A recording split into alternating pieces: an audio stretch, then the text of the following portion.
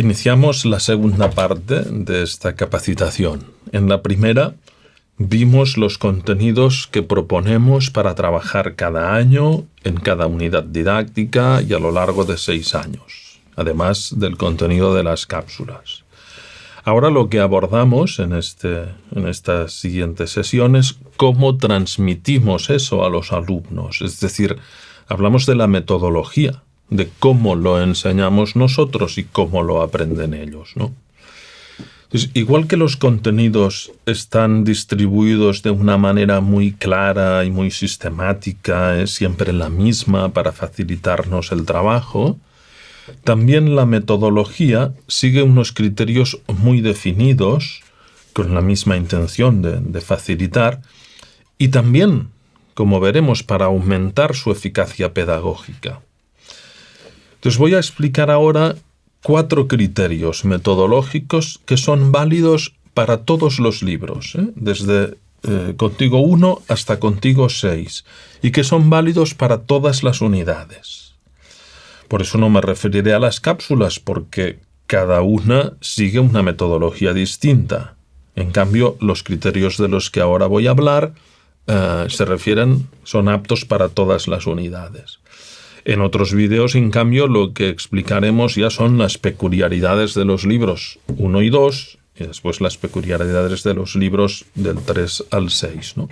Entonces, tener claro estos 4 criterios, digamos, válidos para todos los años, nos ayudará mucho a organizar nuestras clases y a sacar provecho del proyecto.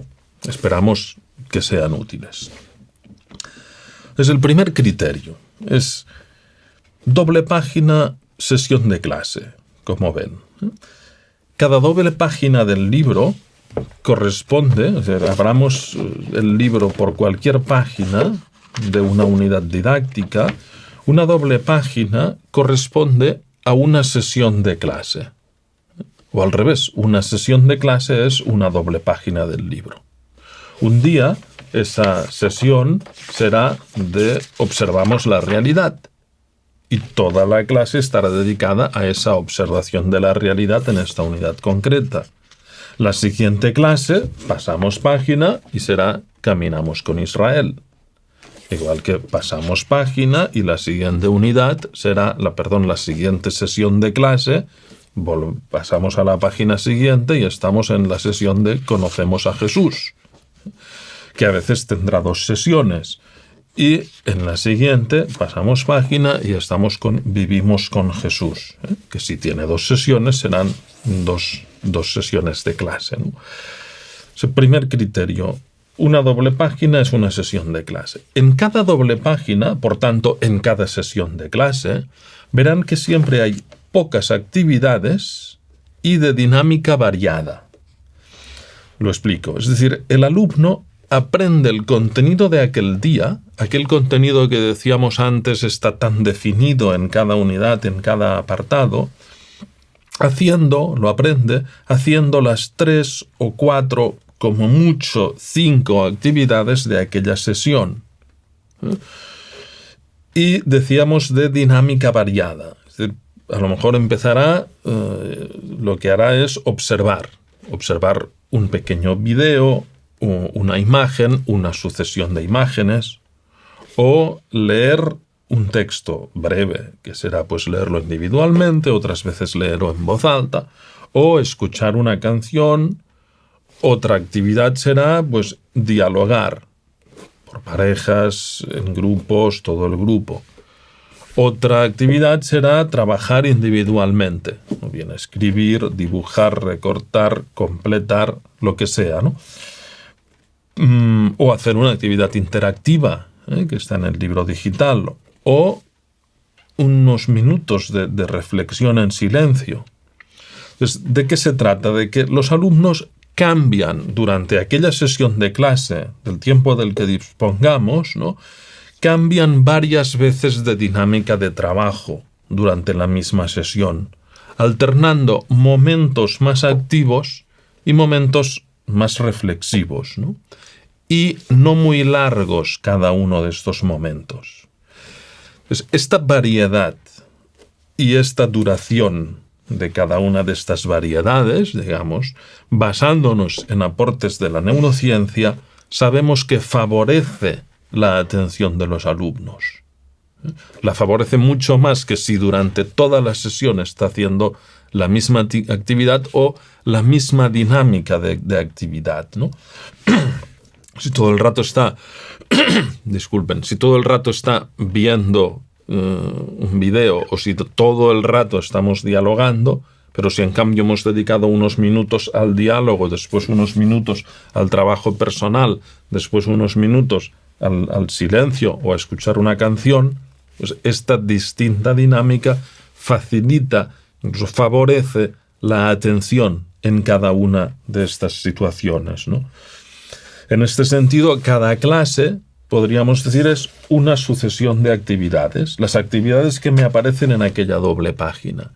Y el profesor, la profesora, es quien administra esas actividades en el tiempo del que dispone. Si tiene 40 minutos, si tiene 45 minutos, 50, el tiempo que sea. Pues a él le corresponde adaptar esas 3, 4, 5 actividades a ese tiempo. Las introduce, las guía, controla el tiempo, decide, pues mira, esta última no la haremos o esta la pondremos como tarea para casa. Este criterio, este primer criterio que estamos diciendo, doble página, sesión de clase, es una orientación, lógicamente, es una recomendación, una pauta, pero que responde a criterios pedagógicos muy potentes, ¿no?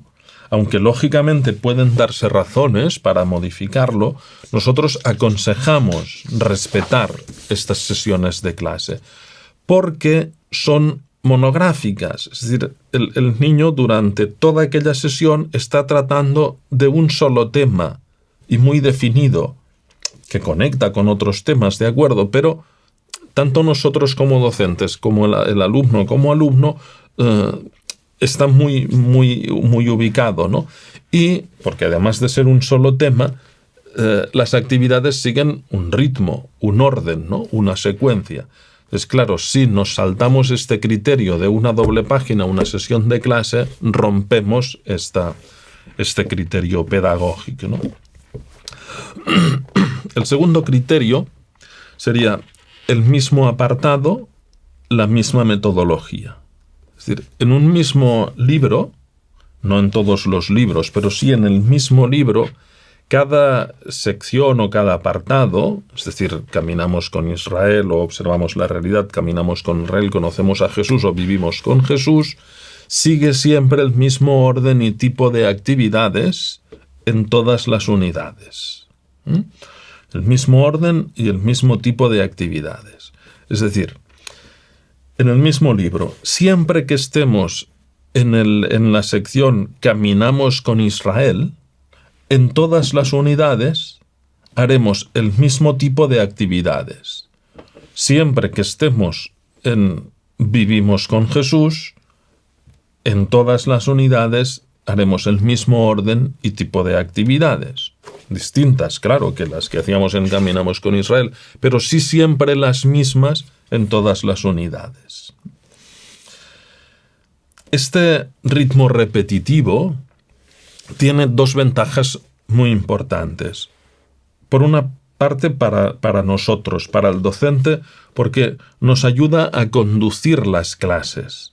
Es decir, el hecho de que esa dinámica la vayamos repitiendo unidad tras unidad, nos permite saber muy bien lo que tenemos que hacer en aquella clase, en aquel apartado, en todas las unidades. Y esto nos da seguridad, nos permite además ir mejorando nuestro trabajo unidad tras unidad, porque vamos adquiriendo experiencia, ¿no? Si se nos propone pues esa rutina de pensamiento, por ejemplo, de veo, pienso y me pregunto, en el apartado Caminamos con Israel o en el apartado Conocemos a Jesús.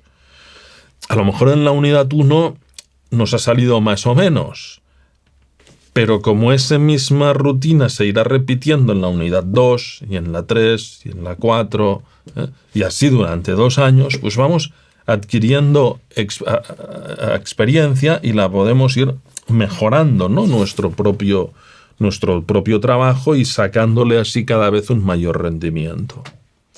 Esto por nuestra parte. Y por otra, ayuda a los alumnos a mejorar su aprendizaje, porque gracias a la sucesiva repetición adquiere destreza en los procedimientos, le permite anticipar lo que se espera de él, adquiere hábitos y adquiere seguridad. Precisamente aprende por repetición. Si un tipo de actividad, una rutina de pensamiento o cualquier otra, la realiza una sola vez, lo que aporte a la adquisición de destrezas o de hábitos es muy poco. Si en cambio es algo que va repitiendo unidad tras unidad, aquello va dejando un pozo, va generando un aprendizaje, una mejora, ¿no? Bien, el tercer criterio. El tercer criterio es el aprendizaje activo, ¿no? Y es que la metodología de estos libros se basa en que el alumno aprenderá haciendo las actividades. Es decir, aquellas 3 o 4 actividades de las que hablábamos que hay en cada sesión de clase. Pues será dialogando acerca de una imagen, observándola, o de un video o de un texto, o siguiendo una rutina de pensamiento, respondiendo mediante el razonamiento a una pregunta, o cantando una canción, o dibujando, porque son muchas unidades, ¿no? Elaborando una maqueta, interpretando a un personaje, o rezando, ¿no? Por tanto, el alumno, insistimos, aprende haciendo las actividades. Entonces, importante, la información forma parte de las actividades. En este proyecto no se expone primero el contenido para que lo leamos o lo expliquemos y después se proponen unas actividades, sino que la información forma parte de las actividades. Y por eso es muy frecuente el enunciado de las actividades como lean el texto en voz alta, por ejemplo, o lean el texto individualmente y en silencio, antes de, o lee el texto anterior y haz este dibujo o esta sucesión de dibujos o localiza la idea principal, ¿no? O mira el video y pensamos paso a paso en las rutinas de pensamiento. Porque esta información se transmite mediante, por una parte, los textos breves y concisos que aparecen en los libros, sobre todo en los de los grados superiores, y también en los recursos multimedia, es decir, en los videos, imágenes, canciones, actividades interactivas. Esto es importante. O sea, los videos que acompañan o que están en el libro digital, que acompañan el libro de texto, no son unos videos para entretener, para complementar lo que ya aparece en el libro del alumno. No, o sea, lo que aparece en el libro impreso muchas veces, diría que muchísimas veces, es la imagen visual grande para verla, pero la información que hay en esa imagen está en el video que la acompaña, ¿eh? Por tanto, no es únicamente las 2 dimensiones del libro en papel, sino también estos recursos que se señalan en el libro con estos iconos que ya conocen, ¿no? Por eso es importante que entendamos el sentido de aquellas actividades, ¿eh? Si hemos dicho, el alumno aprende haciendo las actividades, es muy importante que nosotros entendamos cuál es el sentido de aquellas actividades, cuál es su función, para qué se plantean, ¿no? Y que descubramos que siempre, y esto es importante, siempre están supeditadas al contenido. No hagamos actividades para hacer actividades. Hagamos actividades para desarrollar una competencia, para desarrollar una habilidad y sobre todo para adquirir un conocimiento, para aprender, ¿no? Por eso ahora voy a hacer como un paréntesis, porque todavía nos queda el último criterio, hablando de los tipos de actividades, para dar esa orientación. Hay actividades muy diversas, lógicamente, ¿no? Porque si en cada sesión de clase hay 4 o 5 actividades y son pues tantas unidades en tantos libros, pues hay actividades muy diversas, pero voy a agruparlas en 3 tipologías, dando algunas orientaciones metodológicas acerca de su uso, ¿no? En primer lugar tenemos lo que podríamos llamar, por decirlo de alguna manera, actividades cerradas o definidas, ¿no? En el sentido de que en su enunciado ya está muy definido lo que tiene que hacer el alumno. Cuando se le dice, pues recorta este dibujo, pégalo y escribe al lado una frase que tal, ¿no? O copia el texto del recuerda y escribe en otro color la frase, memoriza esta frase, colorea este dibujo. Son actividades en las que no presentan ningún problema. El profesor lo único que tiene que hacer es dar la indicación de hacerla o acompañar a los alumnos que lo necesitan y hacer que todos estén trabajando, ¿no? O incluso se pueden dejar estas actividades tan definidas como una tarea para hacer en casa, si se considera oportuno. Pero por otra parte tenemos actividades muy frecuentes de diálogo. Son frecuentes y son importantes los diálogos. Por tanto, son actividades que no requieren una respuesta, digamos, correcta o incorrecta, sino que requieren una interpretación personal, porque muchas veces los diálogos son en base, diría que la mayoría de las veces, en torno a una imagen o en torno a un texto más adelante, ¿no? Pero es fijarse en detalles, ¿no? ¿Qué te parece que expresa este personaje, el rostro de este personaje, ¿no? ¿Cómo crees que se sentirá ante esta situación, ¿no? ¿Cómo te imaginas la vida de? ¿Por qué crees que...? Estos diálogos tienen una finalidad muy importante, ¿no? Y es que permite que los alumnos se ejerciten en la observación, la reflexión, la argumentación, la escucha del criterio de otros, el respeto a lo que otro dice, y que no es una competición entre yo me lo sé, el otro no se lo sabe, yo lo he hecho bien, el otro no. Al revés, favorece el aprendizaje compartido, porque todos nos enriquecemos también, el docente, con la diversidad de miradas y de sensibilidades de los alumnos, ¿no?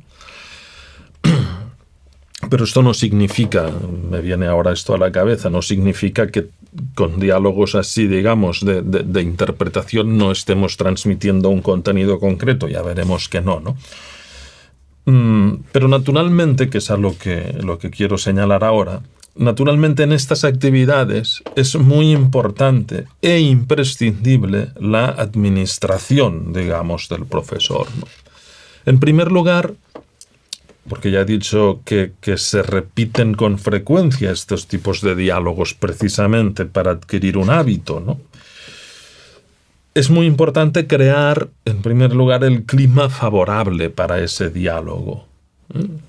Que se respeten las reglas del juego, de saber escuchar cuando otro habla, de respetar lo que uno dice, de hablar en serio, de querer aportar. Porque eso ya es un aprendizaje procedimental, ¿no? Entre los procedimientos básicos que se presentan en una de las primeras páginas dedicada a la metodología, se habla de este tema, ¿no? De la exposición y la argumentación. Después decide, hemos dicho, pues crea el clima favorable. Decide si basta con la conversación oral o si prefiere hacer escribir a los alumnos. Decide si el diálogo se hace entre toda la clase o en pequeños grupos y después se pone en común. Aunque en el libro se propone la manera determinada de cada diálogo, y se dice pues en pequeños grupos y después poner en común, a lo mejor usted ve que por el tiempo del que dispone, por las características de su grupo, etcétera, prefiere pasar directamente a un diálogo de toda la clase, ¿no? O sea, son criterios estos que siempre pueden alterarse, ¿no? Lo importante es la idea esta de que el diálogo enriquezca, ¿no? De que aprendan a meterse en aquella escena, en aquel texto, en aquel tema, ¿no? Muchas veces esos diálogos son rutinas de pensamiento, ya se presenta como tales, ¿no? Y ahí, y aquí tiene un papel muy importante el profesor, es que se sigan las pautas, el orden de los pasos de aquella rutina de pensamiento, como se especifica en la propuesta didáctica, ¿no? Pero debemos estar convencidos de que ese diálogo es importante, que no es para pasar el rato, sino que es, como he dicho, para que se metan en el tema, ¿no? Para que aprendan también a ver con los ojos de otros, para que aprendan a escuchar y a respetar, ¿no? Y para que aprendan a expresar sin miedo su opinión, sus sensaciones, etc. Por eso es tan importante, y concluyo este tema, nuestro papel en estos diálogos. Debemos intervenir poco y evitar que los niños se sientan juzgados, porque entonces esto es lo que les va a frenar en esta exteriorización, ¿no?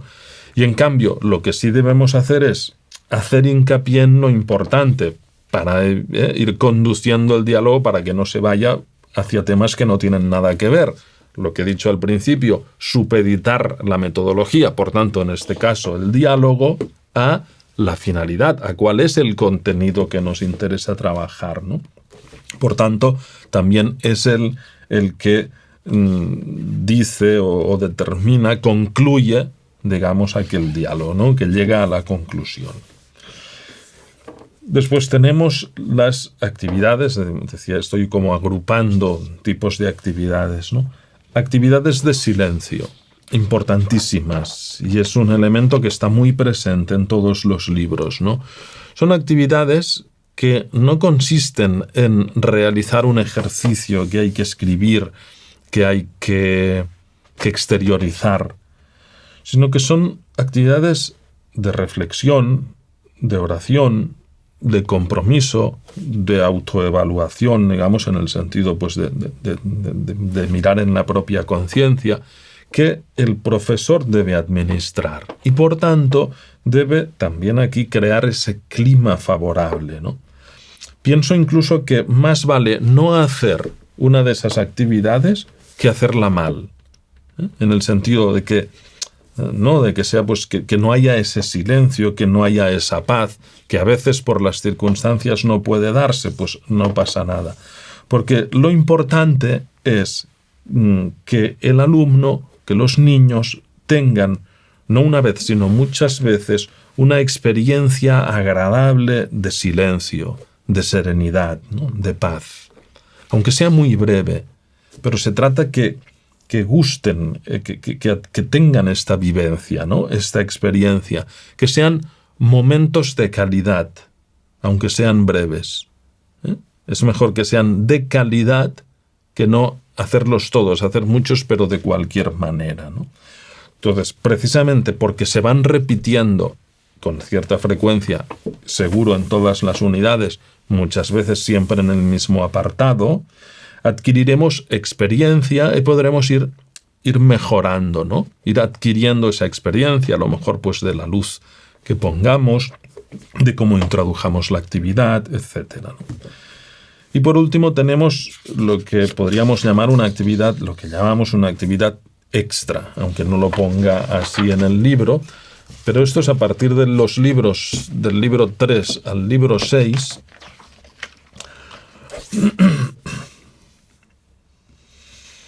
es una actividad, o sea, las que hemos explicado hasta ahora son actividades que se plantean para esa sesión de clase, ¿eh? ¿Recuerdan? Una sesión de clase, pocas actividades y de dinámica variada. Por tanto, son actividades que ocupan poco tiempo, más o menos minutos, ¿no? pero sí que se pueden realizar dentro de la sesión de clase. En cambio, en todas las unidades de los libros 3 al 6, planteamos una actividad extra. Una actividad que requiere toda una sesión de clase, incluso que requiere una preparación previa, organizarse en grupos, conseguir un material, investigar, ensayar, porque puede tratarse de dramatizaciones, ¿no? de construir algo, de trabajar por grupos para hacer unas propuestas. Son unas actividades mucho más dinámicas, más creativas. Por eso, de hecho, en los libros 3 y 4, como ven, se enuncian así. Lo expresamos con el gesto, lo expresamos con imágenes, lo expresamos con palabras, lo expresamos con los artistas, ¿no? Esa actividad no se pretende que, por unas actividades, por cierto, que esta forma de expresar hace referencia a las inteligencias múltiples, que se intenta que se ejerciten, o lo que pauta esas actividades es ejercitar las inteligencias múltiples de una forma sistemática, ¿no? Entonces, esa actividad que requiere toda una sesión de clase se puede hacer o no. Habrá colegios en los que, si tienen poco tiempo, pues más vale no hacerlas, ¿no? Y también lo decide el profesor, pues según su estilo, según el grupo que tiene, según el tiempo del que disponga. También sirven para alargar más el calendario. Si nosotros en nuestro colegio tenemos más horas de clase, pues entre las cápsulas de conocimiento y entre esa actividad extra podemos alargar más el tiempo, ¿no? En los libros 3 y 4 se dice, lo expresamos con, no se señala que esa actividad es para la próxima clase, pero ahora ya lo explico y además lo pone en la propuesta didáctica. En cambio, en los libros 5 y 6 sí que se especifica, en la próxima sesión y trabajando en grupos ya se especifica, pues ya se dan las pautas para esa actividad que se realizaría en la próxima sesión. Esa es lo que estamos llamando la actividad extra. Bueno, y vamos al último de esos criterios, ¿no? Hemos visto antes una doble página, una sesión de clase, después hemos visto el mismo apartado, la misma metodología, hemos hablado del aprendizaje activo y ahora hablamos del aprendizaje integral, que sería el cuarto criterio, ¿no? Que está presente, insisto, es válido esto para todos los libros. Pues pensamos que no basta con leer un texto, mirar un video para aprender, ¿no? En este proyecto consideramos que la clase de religión no puede dirigirse únicamente a la cabeza, también tiene que mover el corazón y también tiene que traducirse en la acción, en las obras, ¿no? Por eso hablamos de aprendizaje integral, ¿eh? Porque por medio de esta sucesión de actividades que componen cada una de las sesiones, el alumno, veremos, ¿no? Pues ejercita su mente, activa su corazón y pasa a la acción, ¿no? Veamos cada uno, ¿no? Primero, la cabeza, podríamos decir los conocimientos, ¿no? El alumno ejercita la mente para entender y asimilar los contenidos, todo como en cualquier otra materia escolar, ¿no? Que se transmite por medio de textos, de recursos audiovisuales, imágenes, y los asimila mediante las actividades en las que tiene que pensar, argumentar, memorizar, sintetizar, resumir, lo que sea, ¿no? Pero está ejercitando su mente para aprender, para adquirir, comprender, asimilar aprendizajes. Pero, decíamos, no basta en esa formación religiosa con el corazón, no consiste esta formación competencial, no consiste solamente en saber, aunque el conocimiento es muy importante y no podemos obviarlo, ¿no? Debe intervenir también, y pasamos al siguiente aspecto, al corazón, es decir, a la interioridad, ¿no? A través de otras actividades diferentes, el alumno lo que hace es activar el corazón para descubrir y cultivar su capacidad espiritual. La que ya tiene, no algo que vayamos nosotros a transmitirle. No, él ya tiene, como todos los niños, como todas las personas, ya tiene su sensibilidad interior, su espiritualidad infantil, ¿no? Entonces, por medio de ejercicios de silencio, de reflexión, de oración, etcétera, de pequeñas reflexiones que se le proponen, siempre acerca de los contenidos, esto es muy importante. No es que estamos trabajando unos contenidos, ahora los olvidamos y hacemos un ratito de silencio, no. Eso que estamos trabajando, que estamos ejercitando la mente para aprenderlo, también ejercitamos el corazón para hacerlo resonar, ¿no? Para aterrizarlo a nuestro interior, ¿no? Entonces, por tanto, se trata de activar algo que ya tiene, no de transmitirle algo que no tiene, sino que esa capacidad que tiene, esa inteligencia espiritual, se trata de cultivarla, desarrollarla, dándole las oportunidades, las circunstancias favorables para que la ejercite, para que no se atrofie, ¿no? Entonces, por eso, muchas actividades, aunque no se indican, después veremos que algunas sí, se indican como tales, pues ya por el enunciado ya se ve, ¿no? En silencio, piensa sobre esta idea. En silencio, pregúntate tal, ¿no? En silencio, dale gracias a Dios por esto, por lo otro, ¿no? Bien. Lógicamente tienen más presencia y más cantidad de actividades de conocimientos que de interioridad. Y después tenemos también actividades de acción, ¿no? De virtudes, de hacer, ¿no? De pasar a las obras, y que en definitiva, como esto no podemos evaluarlo ni podemos hacerlo, sí que podemos es estimular sus deseos de hacer el bien, ¿no? Mediante retos y compromisos para crecer en las virtudes. Y esto siempre lo hacemos conectado a testimonios, ¿no? Es decir, vemos el ejemplo de un personaje, el ejemplo de un personaje bíblico, de un santo, de una santa o de un personaje contemporáneo, fijarnos en su ejemplo para decir, yo, ¿cómo podría también hacer esto, ¿no? Es decir, se trata de que en paralelo también a los contenidos más teóricos, digamos, que aprende en la clase, también se proponga el mismo, no se lo proponemos nosotros, de esto desde primer grado hasta sexto grado, que se vaya proponiendo el modo de llevar a la práctica en su vida cotidiana aquel aspecto que acaba de estudiar en esa sesión, ¿no?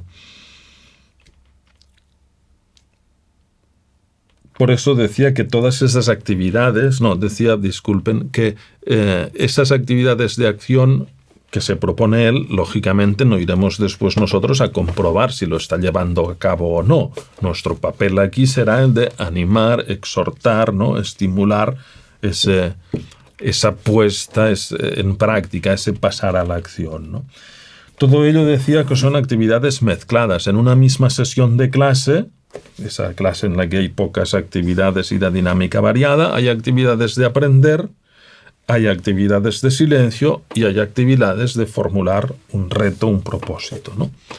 Entonces los conocimientos los podemos evaluar, el crecimiento interior lo podemos favorecer y estimular, después cada uno tenemos que respetarlo, lógicamente no puede ser de otra manera, su ritmo, su libertad.